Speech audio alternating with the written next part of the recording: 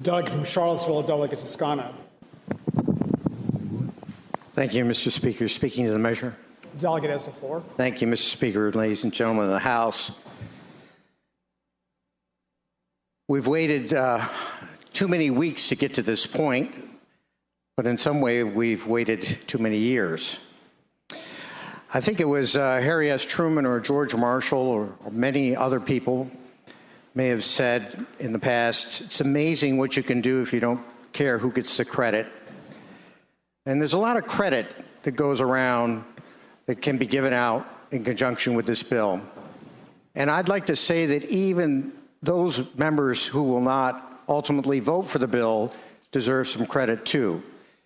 Because in the interchanges that have occurred over these many years, there's a lot that's been said and arguments have been refined in ways that I think helps the process. So even if you're not going to vote for this budget, and I hope many of you will, I hope that we all can come away with the notion that we all improve the process when we actively participate in it.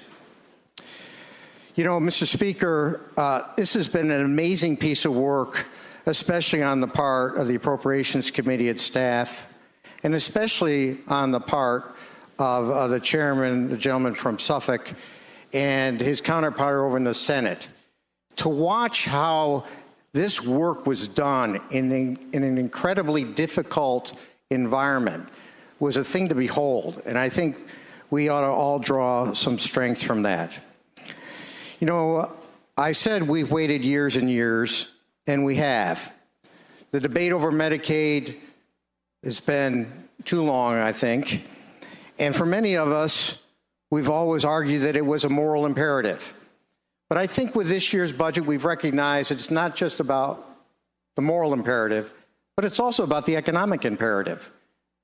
To take those dollars back that we have been sending to Washington and to bring it back to Virginia to help us with our budget makes the decision to embrace Medicaid expansion an economic imperative for this budget.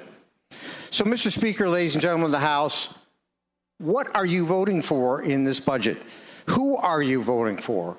I'd submit to you that you today, when you vote for this budget, you're voting on behalf of 37-year-old Carlton Griffin, who makes $8.50 an hour, who has severe learning disabilities but yet works, who has asthma attacks that lands him periodically in hospitals, but who makes too much to qualify for Medicaid and too little to be able to avail himself of the exchanges. You're going to be voting for 55-year-old Donna Broussard, a Harvard graduate who lost her job because she contracted endometrial cancer and lost her health insurance. Now she works, but she doesn't make enough, and she makes too much for Medicaid. And Fran Raschuti, who is an opioid addict, who is now on Medicaid and involved in the arts program to get some assistance for her addiction. These are the people you are voting for in this budget.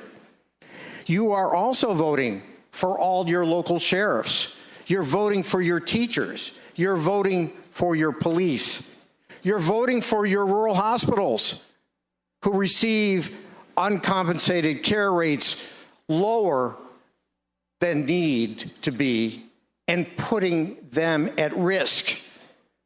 The new rates that will be available for those rural hospitals will make a real difference in their bottom line and help keep them open to serve people who are sorely in need.